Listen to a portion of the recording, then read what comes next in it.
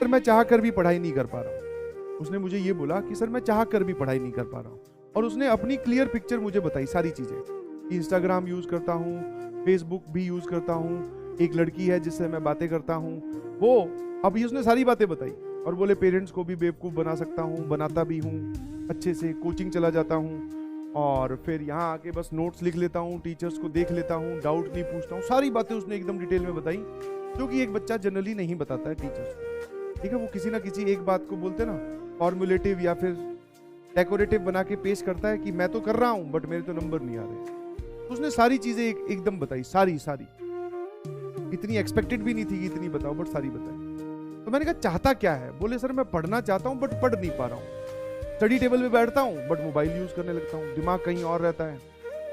ठीक है, बोले अच्छा। फिर मैंने कहा मेरे से क्या एक्सपेक्ट कर रहा है? बोले सर इस समस्या से बाहर निकाल लीजिए प्लीज, कुछ भी करके। मतलब जो बेसिक इंटेंशन है मेरी वो ये है कि मुझे आईआईटीएन बनना है या फिर मुझे पढ़ाई करनी है। ये वाले जो जिस चक्रव्यूह में मैं फंस चुका हूँ, मैं इसमें नहीं रहना चाहता हूँ। मैंने कहा बहुत बढ़िया, कम से कम बेसिक इंटेंशन तो प्योर है। तो मैंने क्या किया, पहली चीज तो वो जिससे बात करता था उन दीदी को फोन मिलाया। मैंने कहा बेटा देखो ऐसे है कि हाँ, वो उसकी स्ट्रीम की नहीं है, शायद कॉमर्स की थी। मैंने कहा बेटा देखो आपको क्या करना है, अभी थोड़े दिन के लिए ये सब चीज़ों को होल्ड कर लीजिए प्लीज।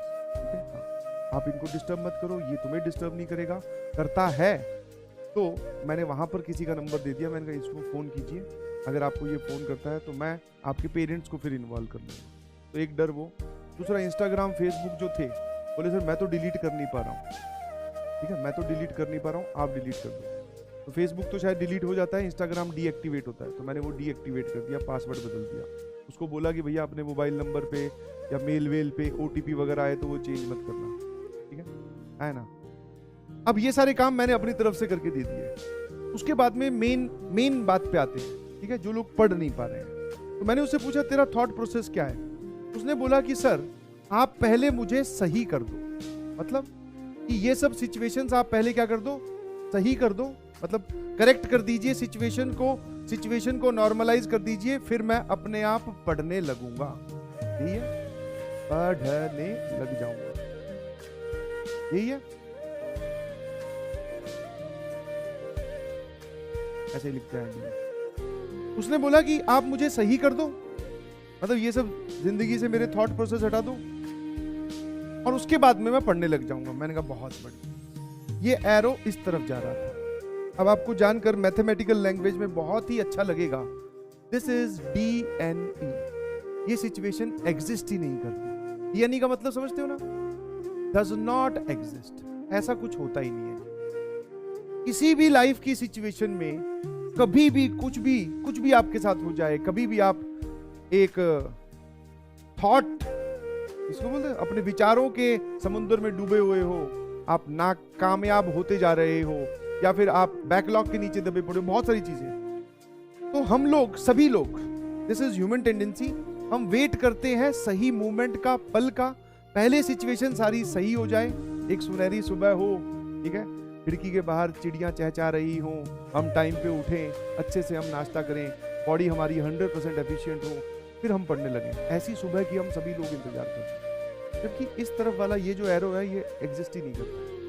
लेकिन यही बात जिसको समझ में आ गई वो जीत गया। चल, कौन से वाला एरो एग्जिस्ट करता है सर? इस साइड वाला। बहुत बार बोला गया है कि आप पढ़ने लग जाओ, चीजें अपने आप सही हो जाएंगी। आप पढ़ने, this exist, this is difficult but exist, but यही एग्जिस्ट करता है। समझ में आया? बहुत सारे सवाल उसने मेरे सामने रख दिए। सर कैसे कंप्लीट होगा बैकलॉग, कब मेरे नंबर आएंगे, कितनी मेरी जेई में रैंक आ जाएगी, क्या मैं 4 महीने बचे हैं एडवांस में या 4.5 महीने बचे हैं, क्या मैं कर पाऊंगा? ये सारे सवाल उसके सामने, मतलब वो पहले ही इन सब सारे सवालों का जवाब आंसर जानना चाहता है, फिर वो पढ़ने लगेगा। मैंने कहा ऐसा कुछ है ही नहीं, this direction is not exist. आप इसको ढूंढ रहे हो, एग्जिस्ट ही नहीं करती तो मिलेगी कहां से? इस वाले में मूव की। कितने लोगों को बात समझ में आई? कितने लोगों को मेरी बात समझ में आई कि हाँ सर अब समझ में आ गया? पहला टास्क ये है, कॉम्प्लीमेंट्री टास्क आपको ये मिलेगा। आप पहला ये बना के बैठे हो, कॉम्प्लीमेंट्री वो मिले, ऐसा होता ही नहीं। क्लियर है? जो भी इंसान उस तरफ, फिर मेरे को लगा कि ये बात क्लास में एड्रेस करनी चाहिए, बिकॉज बहुत सारे बच्चे होंगे ऐसे जरूर जो कि पढ़ना चाहते हैं बट किसी कारणवश पढ़ नहीं पा रहे। Start with your favourite subject, favourite topic, notes making and video watching. Start कीजिए इस काम से, और इस काम को करीबन करीबन आप 2 हफ्ते तक लगातार कीजिए बिना किसी दूसरे थॉट के, और ये काम अब आप खुद ही कर सकते हैं। उसके बाद में आप देखोगे कि आप सही होने लगे। धीरे धीरे धीरे धीरे 1 महीने बाद में आप देखोगे कि आपको सवाल सॉल्व होने लगेंगे। फिर आप देखोगे कि आपसे डीपीपी मॉड्यूल के क्वेश्चन भी सॉल्व होने लगे हैं। फिर आप देखोगे कि आपके नंबर भी आने लगे हैं धीरे धीरे। बहुत दूर है ये नंबर वंबर तो, समझ में? बट हाँ, स्टार्टिंग फेज इज दिस।